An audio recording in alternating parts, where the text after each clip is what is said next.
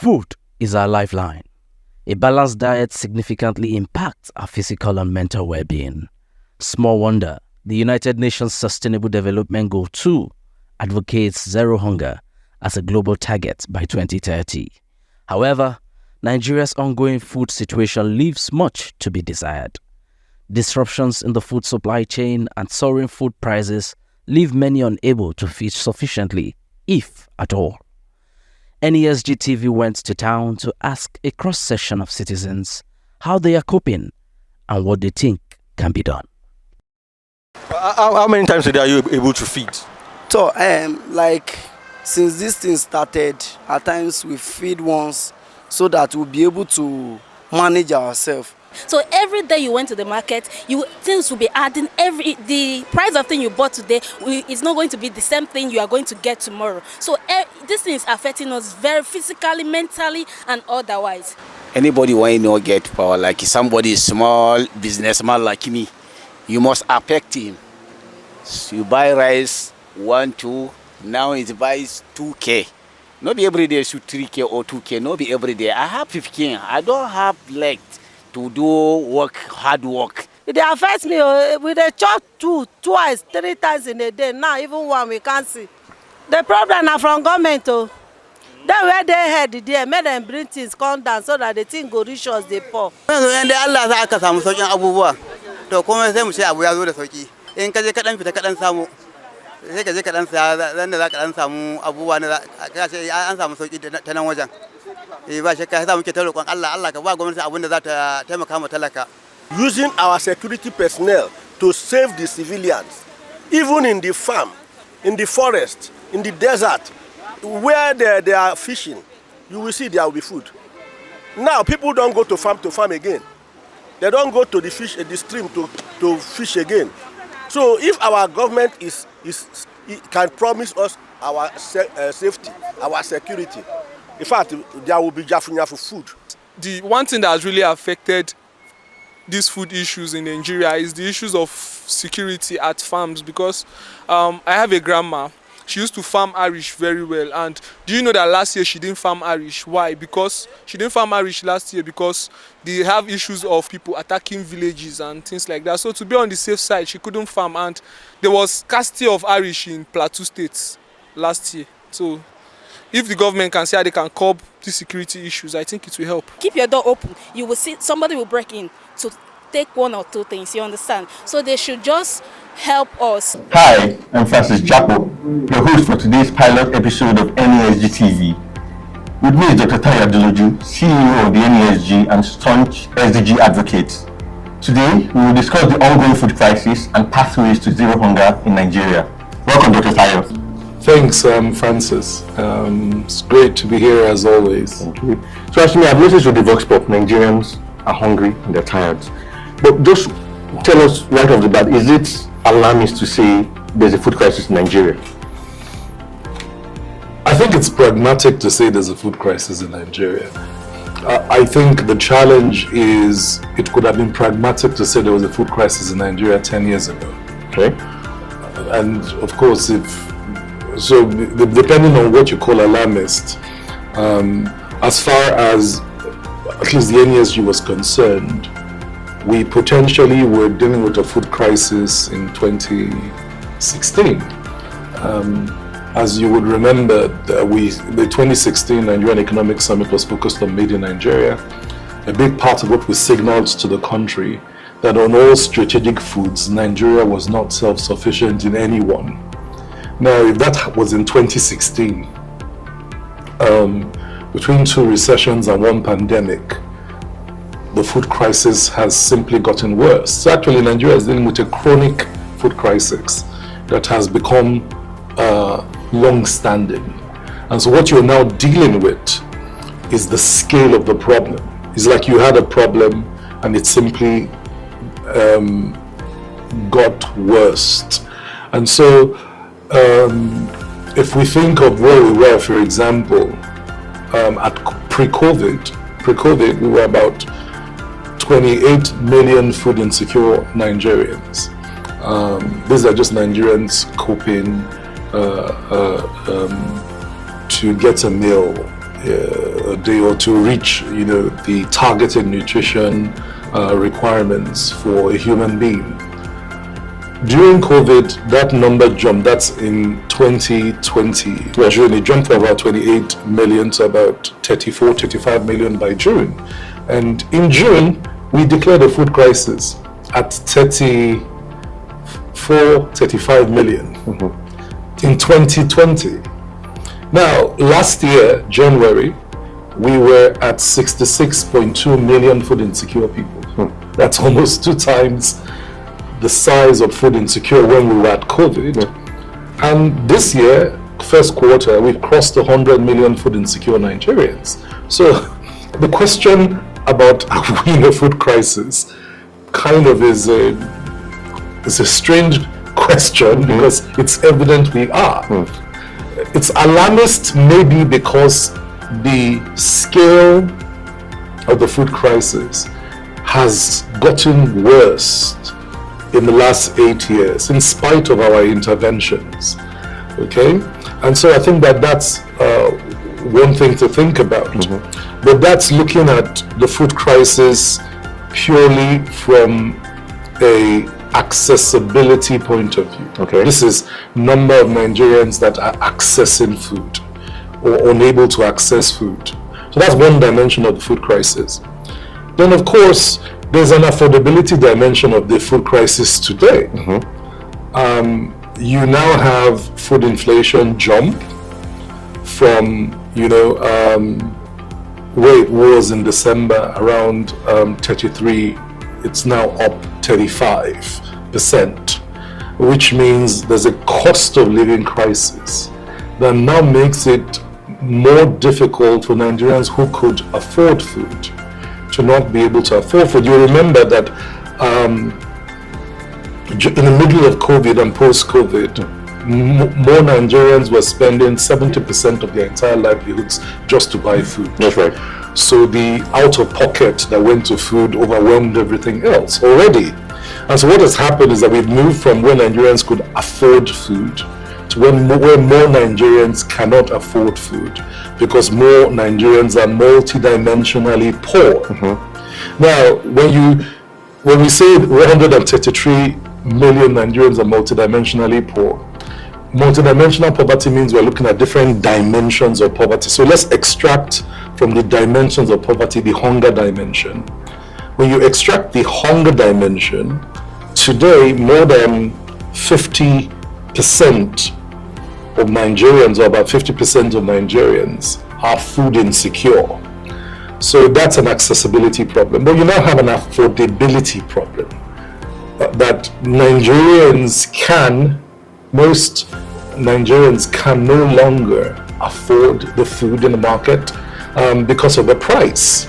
This is a second layer. So it's not like the first layer disappeared. But in addition to the first layer, you now have a second layer where the structural reforms, subsidy removal combined with FX, has created a high inflationary environment for everything, including food. Okay?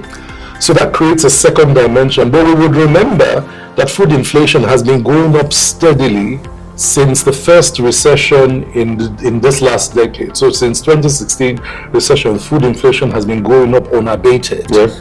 When we closed our borders to curb it, it jacked it up more. And then it was finally aggravated last year when the demonetization policy of the central bank made it hard for access to credit, cash, input, fertilizer, seeds. And if you remember, we as NESG told the country in December, January and February last year that crunch was going to create a higher food security crisis by June, July. Yes. And that happened also. So you are dealing with an affordability crisis because of the price of food. Now, what impacts the price of food is two things in economics, right? If you overproduce food, right, then and supply is more than demand, the prices will come down. But we underproduce food for 2 consecutive years in Nigeria. So our price crisis, our cost of living crisis, is driven by 2 things. One, the population is still growing, right? And we're producing less. Now, historically, we produced less. So in 2016, for example, the national demand for maize was 7 million tons. Today, the national demand for maize is 15 million. So we're not demanding less food as the years go by. We're demanding more food. Now, if our capacity does not continue to rise to match the national demand, for the staples we eat, then we're going to have a supply gap. That supply gap will drive hunger. It's also important to note that the COVID inflation did not fully abate, because remember that during COVID, the world shut its doors. Everything came to a standstill. You remember in Nigeria, the private sector under the COVID had to lead a food response to deal with what Nigerians needed to eat that day and the next day, whilst we were trying to get value chains back into production. And as we came out of COVID, we then went into the impact of the Ukraine-Russia war. So the double one. And many Nigerians don't know we import maize, wheat, fertilizer, and fertilizer inputs from these countries at war. So we imported food inflation from the Ukraine-Russia war. In fact, in 2021, when we did the food systems assessment for Nigeria, what was clear was that we were still underproducing. Even at 15 metric tons, a million tons of maize, for example, what the gap was about 3 million tons. And so the challenge is, once you have that tight scale of supply gap, it translates into the price level in the market because of scarcity. Now, of course, scarcity has its other market behaviors, which then translates into hoarding because actors want to get the best price for money, etc. But the bigger issue with affordability, other than, like I said, a cost of living crisis, which was driven by structural reforms, is that it is sitting on an accessibility issue, which is just the fact that we have not yet, as a country, built the capabilities to produce at the scale of our national demand for maize, for rice. And rice is a very interesting example because we've intervened in rice for years.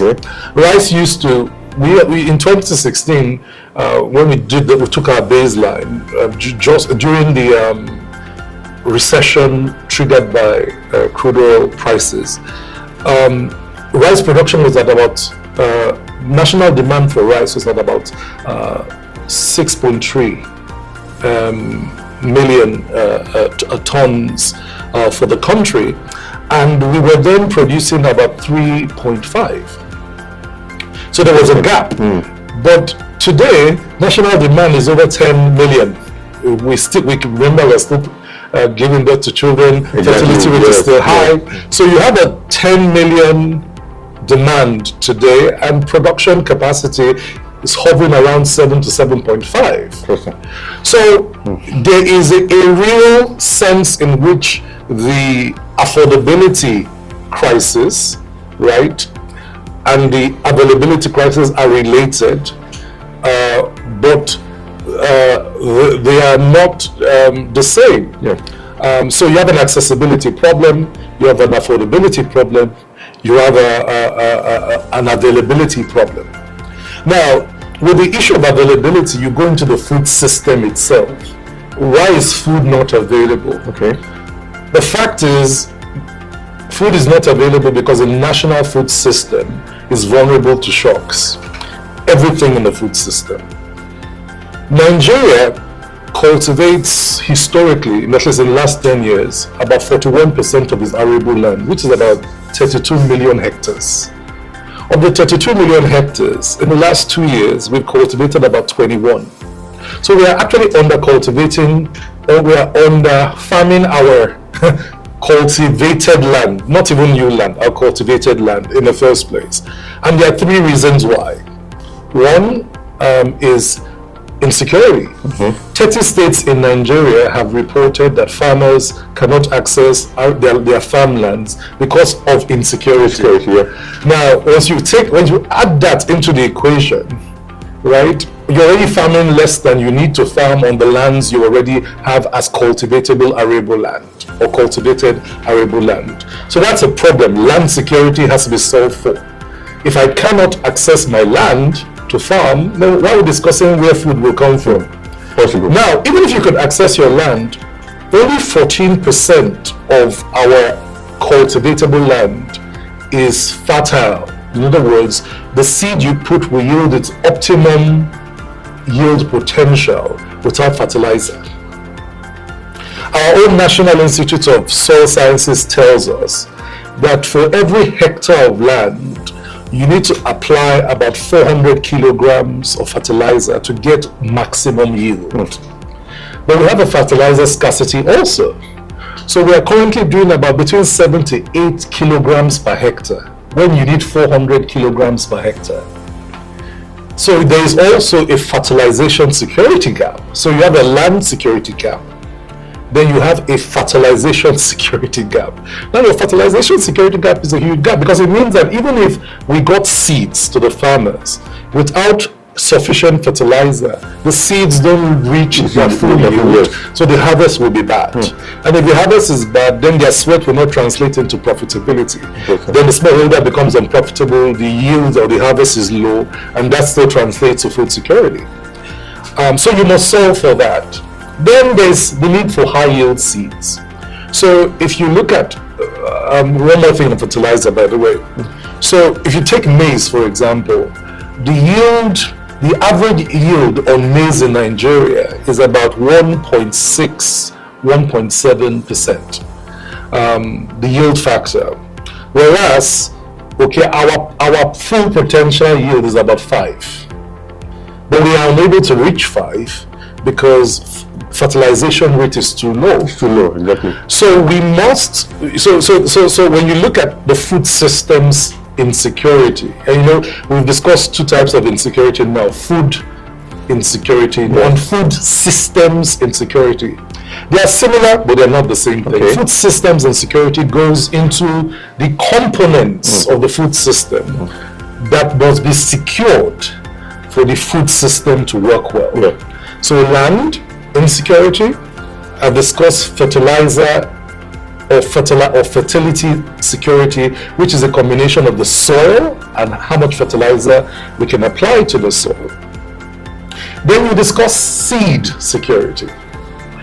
Most of our farmers still have access to what we call low yield seeds. There are varieties that do much better high yield seeds. But high yield seeds are more expensive. So most farmers, again, because most of our farmers are subsistent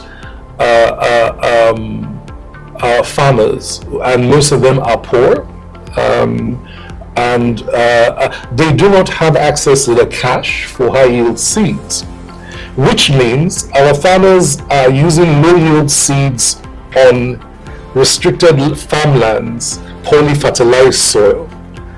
And again, if you add all those together, it equals low output. It's an entire value chain issue. Yeah. Then we go to irrigation, right? 82% of Nigerian farming is still dependent on rain-fed farming. In other words, if rain doesn't fall, we can't water the farm. We have a very small percentage of farming that is irrigation driven. And what that means also is that if rains come late, farming, if rain doesn't come, farming doesn't come. So it makes the value chain susceptible to climate risks. Any shifts in climate change affect our output. Now, if you can't solve for all these input security components of the food system, and you're waiting at the other end of the food system to have a high output, it's a wish, it's a hope, and hope is not a strategy. Okay? Now, let's presume for one moment that we got all the input security right: land, soil, fertilizer, water, okay, and the farmer has access to credit. Because what happened last year, January, with the demonetization policy of central bank was that most farmers who need cash to pay labor in the rural areas could not pay labor, so they too could not access farming, farming labor, and they undercultivated. But let's presume that we solve all the input security. 60% on the average of our harvest is lost. We have 60% aggregate post-harvest losses. But that's not the whole story, you know. For grains, grain post-harvest losses is somewhere between 15 to 20%. Tubers, we lose about 50% post-harvest losses. And then vegetables and fruits, we lose as high as 65%. So we are losing food that we first do not have the luxury of losing in post-harvest losses. Now the problem with post-harvest losses is storage. Okay, the Nigerian National Strategic Grains Reserves has about 1.025 million metric tons of storage capacity. It has never been stopped in the last 20 years up to 1/3 of its capacity. And we saw that during COVID. During COVID, we were ready to release grains from the food reserves. Half of the grains were cooked, because you remember the NESG was a member of the COVID-19 response task force as private sector advisors. So if you remember, half of the grains were cooked or baked. In other words, you couldn't use it. We had to draw grains from the West African Grain Reserve during COVID. And so this kind of brings us to what should the responses be. So I think it's important to first acknowledge what the President Tinubu government has done. Okay. Because we have to contextualize the advocacy that we present to government.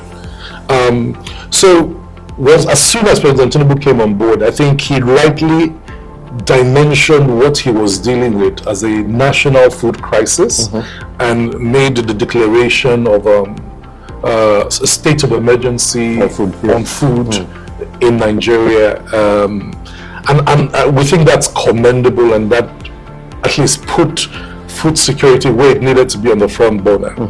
The second thing to commend the government about was that it noted again rightly that the impact of the removal of fuel subsidy had triggered, of course, a deeper food crisis that needed a response.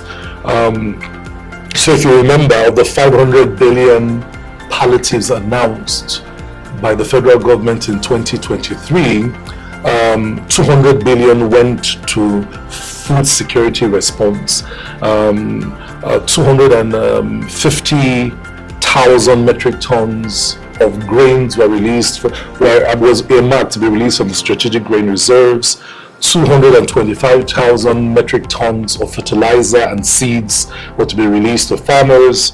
The target was to put 50 billion each in the cultivation on maize, rice and cassava on farmlands of 150,000 hectares, 150,000 hectares, 500,000 hectares on maize, as the case may be.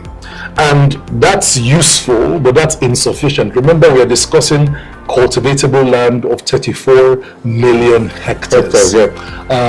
But that was a very useful response. It was good signaling, and it was also, a timely intervention that maybe things could have been worse than they currently are. But very useful.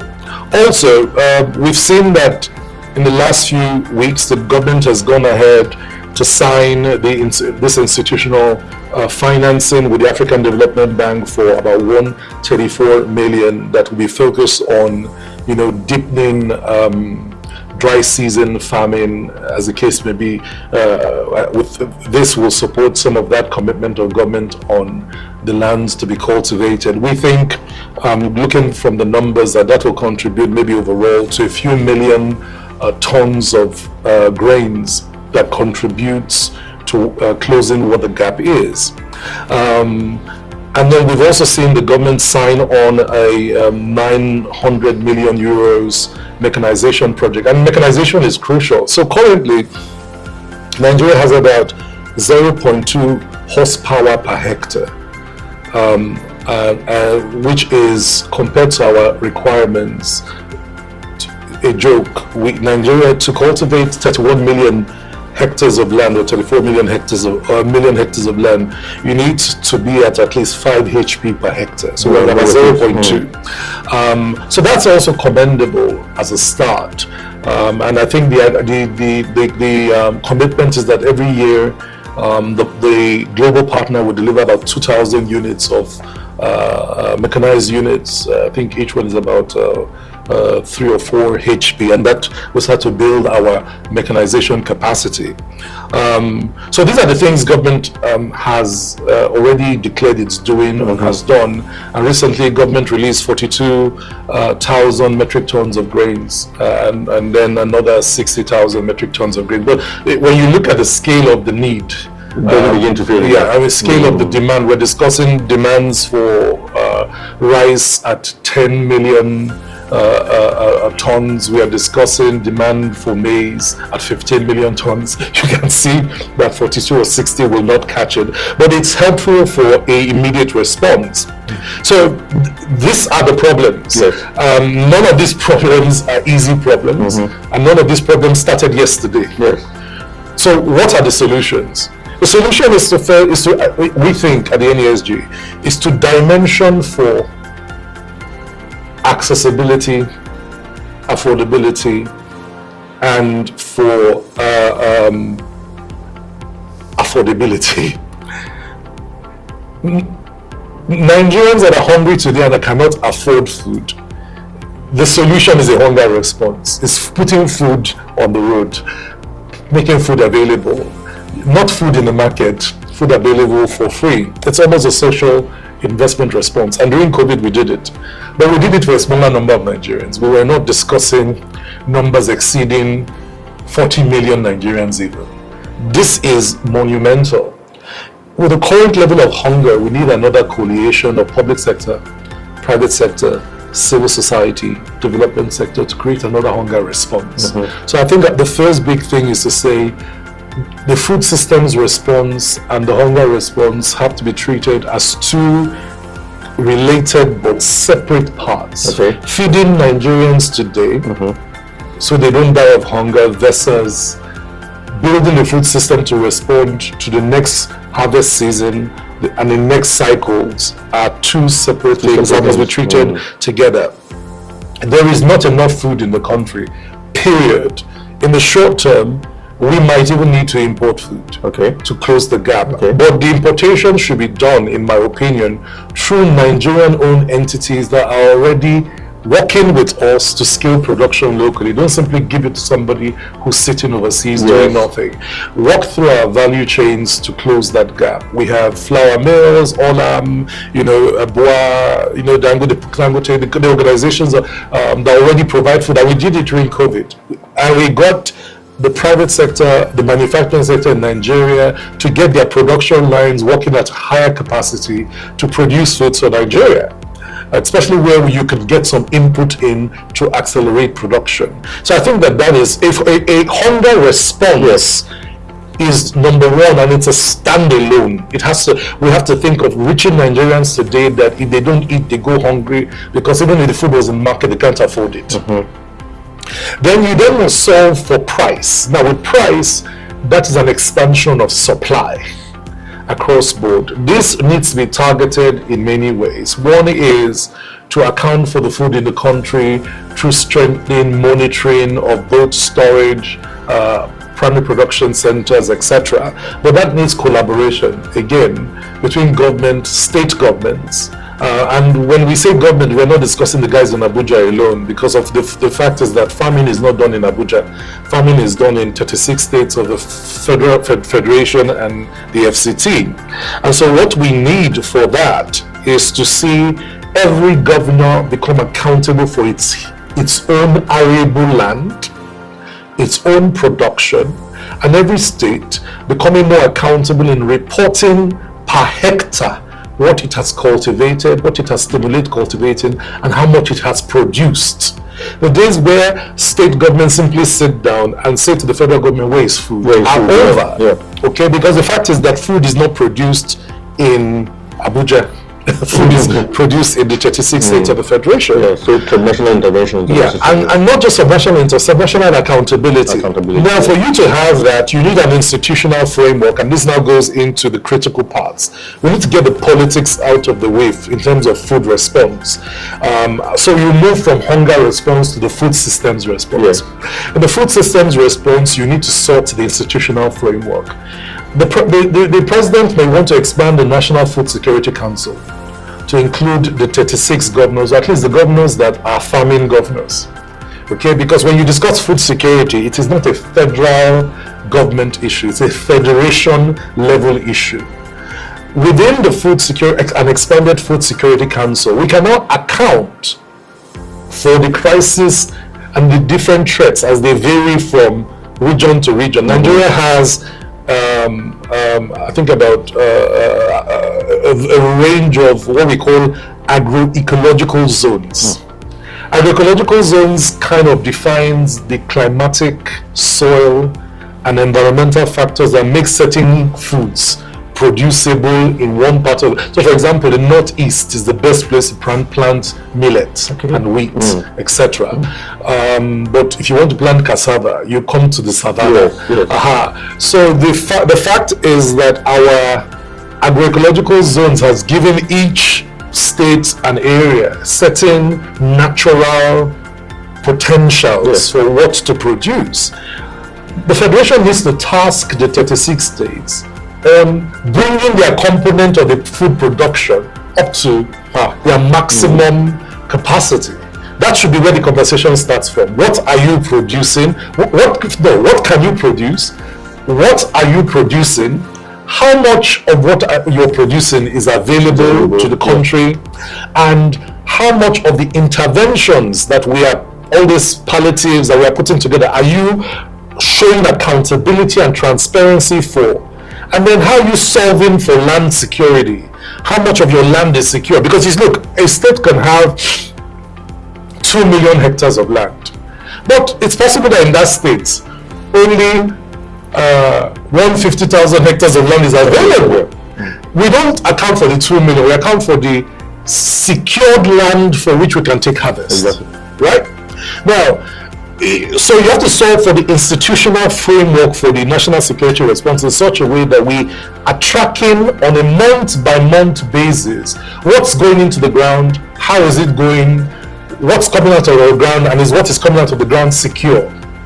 Okay, this is a crucial part of the institutional framework, and it has to be accountability at the level of the president and the governors, and we from the private sector can feed into that. In fact, the NESG is working with the Nigerian Agriculture Business Group on a framework where we can bring private sector insights and intelligence on a monthly basis that feeds into a structure like that. So we want the president to chair the food. It's important because intervention will happen at the subnational, happen at the local government area. Farms are usually not even in the cities; they're usually in the township and peri-urban, peri-urban and deep rural areas. The second thing is, within that institutional framework, clarity of what institutional responsibilities and accountabilities are crucial. In the last 8 years, the Ministry of Agriculture was almost pushed to the side, whilst the Central Bank of Nigeria was the lead intervener in agriculture and food. Okay, that created a disconnect between the policymaker on agriculture and food security and the intervener.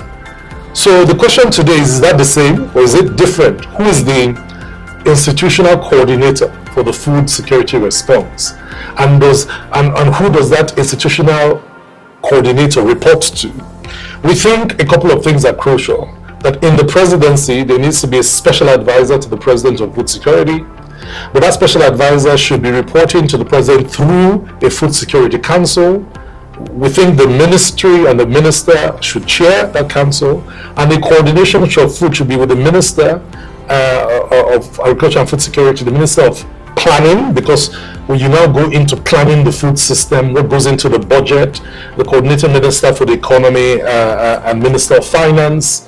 Okay, and then of course, under that structure with the governors has to be task forces, possibly led by commissioners of agriculture in the 36 states of the Federation, along with business leaders in those states that are in the value chain. Because remember that agriculture is a business, an industry. It works well when capital is driving agriculture. And so government should stimulate the environment, but should let business do the business of agriculture. And so that is the way you regulate for price. So the first thing is the political architecture that allows it to be governed well. The second thing is policy. The policy objectives have to be very clear. If you have 100 food insecure Nigerians, you have to have a policy that reaches the 100 million. Okay, and the question is, how do you do that? Okay, like I said, you must have this two-pronged approach: hunger response and a food systems response. So how policy defines the problem is very important. And like I said, the problem is an affordability problem. I think we and the Ministry of Agriculture and Food Security agreed about this. The challenge is an affordability problem. The challenge is an accessibility problem. The third thing is programming for food has to be time-bound. So let me give you an example. Dry season famine ended 3 or 4 weeks ago. So 11 states were in dry season famine mode. If you didn't reach those 11 states with seed, with fertilizer, with credit, with, at that point in time, then it ends. Yes. Famine is time-based, the time-based cyclic industry, right? As part of the food system. Time-based cyclic industrial production is what is required. Now, because of that, because agroecological zones have the times for planting, cultivation, and then harvesting, we can't do knee-jerk reaction. So, for example, for wet season farming, for example, all the plants should have been in place by now. The seeds should have arrived. The fertilizers should have arrived. If they don't arrive on time, then we are doing as much harm than if they arrive late. But if they arrive late, it didn't arrive at all. So time-based cyclic food and agroecological intervention requires a proactive crisis plan. Okay, that will run not in one cycle, but will run for the next 3-4 years with the target of exceeding national demand levels.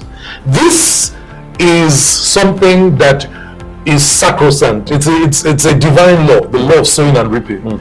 What you sow, you will reap.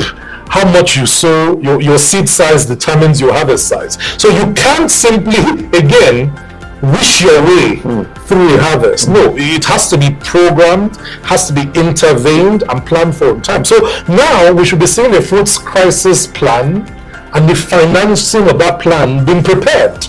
It has to be ready by the end of March or early April. If not, it's not useful for the rest of the year. And that's the key. The hunger exists because food supply is low fundamentally, and because food supply is low, accessibility, affordability, and availability is low. So you solve for that. The answer is supply. The answer is supply, and the inputs are seed, fertilizer, water, mechanization, credit for smallholder farmers, and incentives for large-scale producers. Okay, with an investment in land security and storage security. Okay, but whilst that is simplistic, it's by no means easy. So program management for a national seed supply program must be in place, with targets to get seeds to all the primary production centers on time. A national fertilizer supply program must be in place, with a target to get fertilizer to the primary production centers on time. Okay. A national land and farming security architecture that feeds into the overall national security architecture should be in place to ensure that smallholder farmers feel confident that they can go to their farms and farm. And we need to finish the warehouse storage legislation. Warehouse storage legislation is important because the incentive to buy foods out of the primary production center in a way that creates supply in the market requires an investment in storage. The incentive for investment in storage is low because nobody can finance it. So we had proposed a couple of years ago the warehouse receipt law and warehouse systems regulation law that allows us to build a warehouse system as a subsector of the food system that is bankable. In other words, you can go to the bank, collect credit to set up a warehouse and stock the warehouse, and your stock in the warehouse becomes collateral, right? And it allows you to leverage that to sell to the open market or sell to industry or sell to the consumer markets and go back and buy. So rather than government moving in the direction of commodity boards that has been proposed, we recommend that we pursue the warehouse receipt system, finish it and link that to food and commodity exchanges, and we capitalize the warehouse system so that it's buying up the food into warehouse systems, and then the regulator of the warehouse system makes all the food in the warehouses across the country transparent, auditable and accessible. Then you and I will know how much maize there is in Nigeria and where the maize is. How much yam there is in Nigeria and where are the yams. Yes. How much rice there is in Nigeria and where are the rice. And then a transparent transaction to buy them will now evolve. This is what will save us from this return to the commodity board system that failed after 20 years of trying to implement it in Nigeria. And I think that is a big part of it. Private sector investment is crucial, but private sector investment will not come into an environment where there's no predictability, where government intervenes at will without checking how it impacts the investments of others. And lastly, this is about the people. When the rubber meets the road, there are about 220 million Nigerians. The thought that 100 million of them are food insecure, and that 40 million of them are dealing with chronic hunger. In other words, they were hungry in 2016. They're just more hungry now. So that's almost how many years? That's almost 10 years. That's almost a decade of coping with food insecurity. The numbers themselves tell a story of a society that can easily be at the brink, and for which, rapid urgent action is needed. So, so that's been quite an overarching overview of what the challenges are. You've answered basically all the questions, but just to circle back, what you're saying is that there is hope for the common man. As you notice with the Vox Pop, people are hungry and angry and almost hopeless. So based on all of these indices you've mentioned and suggestions, you feel there is hope in the immediate term because people want to eat today, not tomorrow.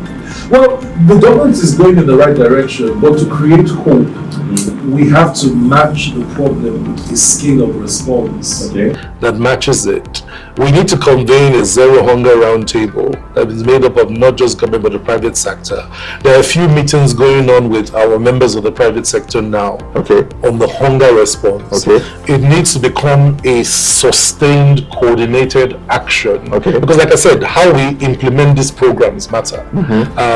So I think we should re-establish a zero hunger roundtable that is targeting ending hunger now. And then I think that we need a food systems response task force that is dealing with the programming and project interventions for the different crops, for their seed, their fertilizer, their cultivation, their land security, their harvest, their storage. And you need to treat that separately, because with your hunger response, like I said, there's not enough food in the country. You need to import food. And that has to happen now, not later. Whilst we are solving for later. So you need a zero hunger response team dealing with hunger. That's what people will eat now.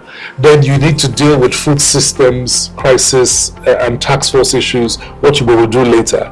These two platforms have to be under the Food Security Council for accountability, and people should be held to account. People should be fired if fertilizer that Nigeria has paid for is not getting to the smallholder farmer. If seed that the government has paid for does not get to the man that needs it when he needs it, then we should ask the questions. We should ask the right questions. That's why we have a food council. That's why we have a seed council. That's why we have a fertilizer council. That's why we are asking for a warehouse council. So there are regulators of these subsectors. We need to see that changes. And then lastly, there are many varieties of seeds that we have already certified in Nigeria that need to go to production scale. This requires private sector investment. So when the government is going and asking for investors to come to Nigeria, some of the places that we can ask investors to come into is production of seed. But once you start to get private sector producing seed in Nigeria, you can't go out and buy seed from outside. There's a big disconnect. So we have a humanitarian ministry that sometimes buys food from foreigners, not the guys producing food in Nigeria. Which makes your food producers in Nigeria not sustainable. So for this food response, this time, let's prioritize foods that are made in Nigeria by firms in Nigeria, and even the buying of emergency food, give it to the ones making food in Nigeria so that their businesses become sustainable. I was looking at the mechanization deal that the government has signed with a European company to bring mechanized units. Innoson could do it in Nigeria, and likely if Innoson does mechanized units in Nigeria or any other Nigerian-based assembly plant, it will become more sustainable. Why are we going out on matters where we must build national sufficiency, not just in production, but in the inputs that guarantee production? The last thing about to mention about food systems, so I think I left this out, is irrigation. Irrigation most of irrigation is followed by PMS, because once you're not doing rain-fed irrigation, it means you're using a pump. You're using a pumped well, water well or borehole to do irrigation. And if you're using PMS to fuel it, the smallholder farmer cannot afford PMS again. That's what the cost now. Now we have to then pivot to maybe solar-powered irrigation pumps. The problem is that the current pumps they are running, if you put solar on it, it won't be able to fire the pressure. You actually need to get our engineers, task some of our colleges of engineering to build local pumps that are more efficient with the pressure that can pick with solar. So if we could achieve efficient water borehole fired pumps that are solar driven, transformation will just happen across the country, because you go from rain-fed agriculture to being able to do all-year farming, and no country is growing by rain-fed agriculture again. Subsistence rain-fed agriculture is so archaic, it does not make the smallholder farmer bankable. And remember that the smallholder farmer does not become profitable if he doesn't move from subsistence to business, to profitability, to growth. Then Nigeria does not move. And those are the big issues that we kind of need to tackle. So thank you very much, Tayo. Very, very wide-ranging suggestions. Now, just to narrow down to the expert forum on food security recently that the NESG convened, just within bite-sized pieces, what were the suggestions? Just in bite-sized. I mean, we had our own ideas about food security, but the idea with the food security network was pull a couple of actors together that could at least jump into the big issues.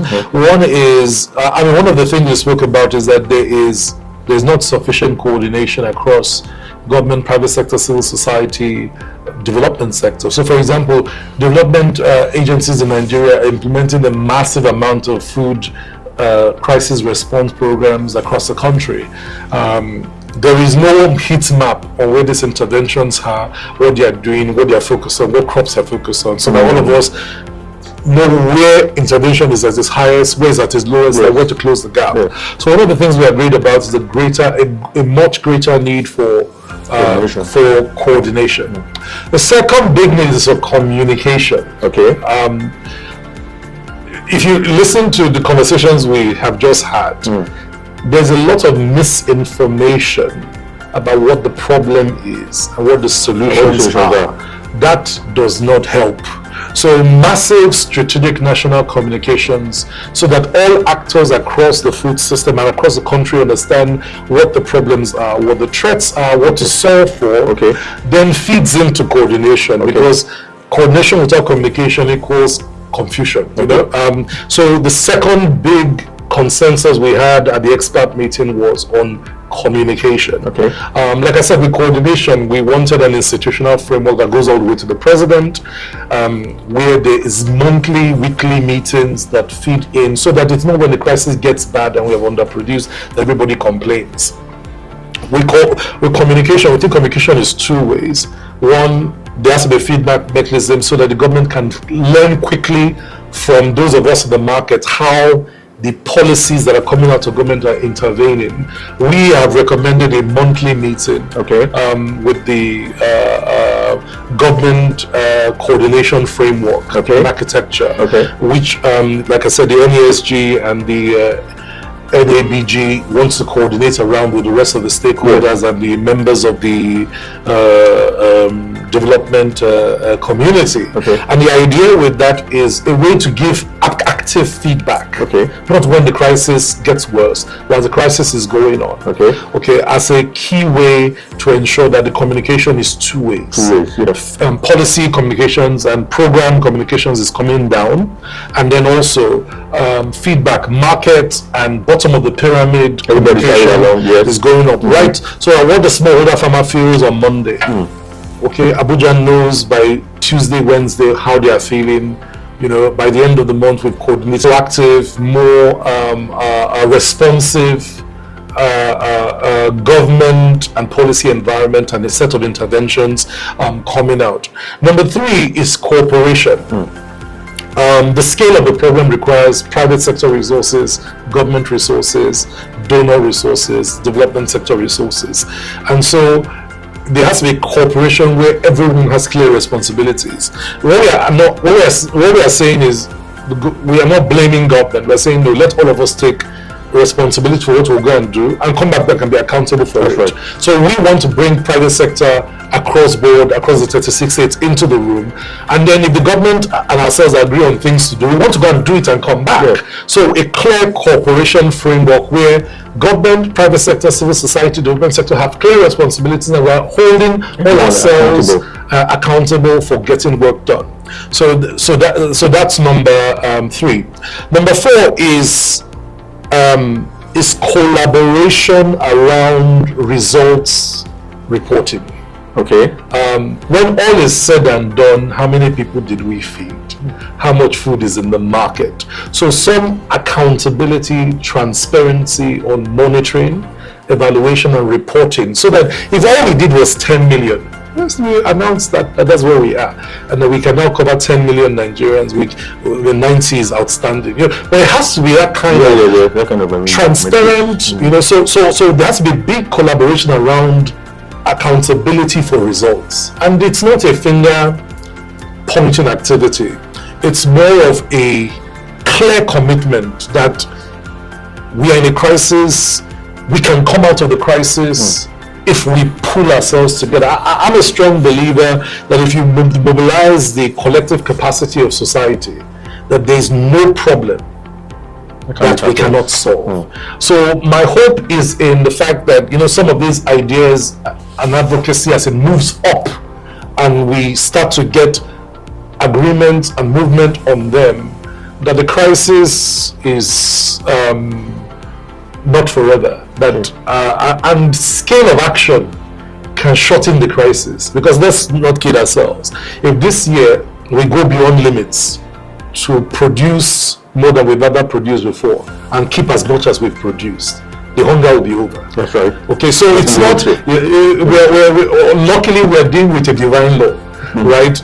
If we sow to the size of our harvest, we'll reap our harvest. You know, and all things being equal, all things has to be equal. But to make all things equal, you need this cooperation, coordination, collaboration, communication, working together to make it happen. That's about something. So, but just to now down to where we just started from, zero hunger. Now that's SDG 2. Yeah. You are a staunch SDG advocate. Yeah. Now, in the midst of all of these problems and the food system network we are proposing setting up, is it possible to attain this goal by 2030? Anybody that knows me, I'm a relentless optimist. All things are possible. I have always believed zero hunger is possible. I think Nigeria cannot just reach zero hunger. I think Nigeria can feed Africa. We have the agroecological potential to be the food basket of the continent.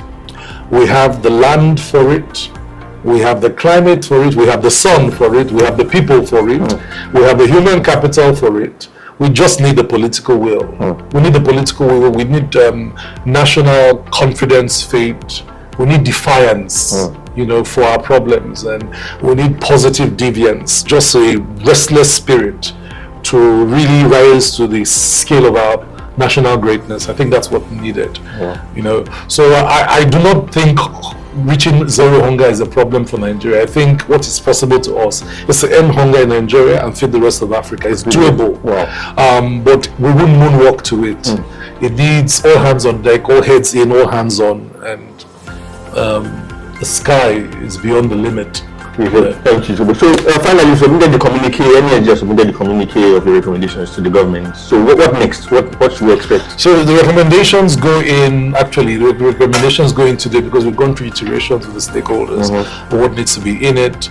We're going to follow up with a range of policy briefs because what we have found is that what I have said in less than an hour is not properly understood. What we have agreed to do is to break it down. Convert this from agricultural science to simple steps. Seed, fertilizer, water, and start to issue a set of food security policy notes, more granular notes that can support private sector, public sector actors to begin to move on the big pieces. And then our commitment is to then jump into the room and work with the actors, because this is not a tell them, you've told them scenario. This is the whole country must, there was a time in our history where we were here and President Obasanjo, who was then a military dictator, started Operation Feed the Nation. That's right. We are in that Operation Feed the Nation mode, maybe part 2. Okay, what we should do is rally everybody. We should maybe ask people to plant food. Part of zero hunger is, look, if you have a garden at the back of your house, plant some food. Go back to planting the vegetables you eat. For example, is something that anyone in the peri-urban area can do. This waiting for food to come from halfway around the country has to change. We must teach the next generation that we all have a national collective responsibility to feed ourselves. Food self-sufficiency for a country that will be 400 million plus in 2040. And that will be 320 million, right, by 2030. It's not a suggestion. It's not a suggestion. These are imperatives. It's our existential survival depends on a pivot, a national mindset pivot, a paradigm shift in national productivity when it comes to feeding ourselves. We have to teach our kids again how to tend gardens. We have to teach our young people again, that food system. Look, let's not kid ourselves. We're importing food in the billions of dollars. That's money to be made at home. If the $10 billion worth of food you're importing is money you're not putting in your pocket. It transforms the lives of millions of people. So food is not a business of hoe and cutlass. No, there's a younger generation that should go into agro-industrial food production. They have the education for it. We have the skills for it. We have the scale of mechanical engineers in the country for it.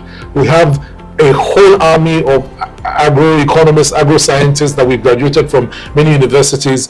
What we need to do is a call to action, rally, let's go, let's make it happen. And that's what we need to do right now. This Mickey Mouse stuff of blaming somebody for the problem that happened, blaming Buhari blames Jonathan, somebody blames the other person, has to stop. We have been in the food security for over a decade, fine. We are here now. Let's make it count. And that's all that matters. And that's all that will matter. Were we the generation that allowed our people starve to death? And by the way, this has happened elsewhere in the world. In communist China, there was a period where they went through this type of intense hunger, and they just kept the blame game, kept pointing fingers, and they lost almost 30 million people to hunger, death by hunger. And that's why China doesn't play with food. So let's not misunderstand what we are saying. People can begin to die from hunger in our country, and they have started. And so the truth is that we must, as a generation, whether our leaders get it or not, and this is now speaking to those of us that are under 40, we must, as a generation, stop and do a call to action by ourselves. If people want us to die of hunger, must you die of hunger? I mean, if people want you to die, must you die of hunger? We must go back to the farms. We must say we won't die of hunger. If all you did was plant a hectare of rice or beets or cassava, you as Francis, if we had 10 million young people go out to find 1 hectare to plant a crop, that's 10 million hectares harvest of whatever that is. Okay, that's how we should think. It begins with all of us. Yeah. Now, I mean, those of us that are farming communities, I come from a farming community. Okay. If all of us go to say, if you as Francis take a hectare of land beside mine, we can now build the security. You and I can pay for vigilante and security together. If we add another hectare, and there are maybe 100 of us, we can now, each of us can contribute to 1 security guard each. So it becomes a concentric. We now have 100 security guards protecting our farmland. So let's also solve for community security on our farms. Absolutely. We need to treat this as existential survival type response that our generation has been called to deal with, and we need to go after it with all we can and hold our leaders accountable. So anybody that is moonwalking us to a crisis, we need to call them to order and say, we won't go along with you on this journey. We want to go in a different direction. We will not be the generation that dies of hunger in a country where we are agriculturally, climate, weather, naturally blessed to be the food basket of Africa and maybe the world. Thank you so much, Dr. Tayo. It's been fantastic and insightful. Thank you so much for joining us today on NESG TV. We've had an incredible conversation with Dr. Tayo Aduloju on pathways to zero hunger in Nigeria. I hope you've gained valuable insights. If you enjoyed today's episode, make sure to subscribe, leave a review, and share. Until next time.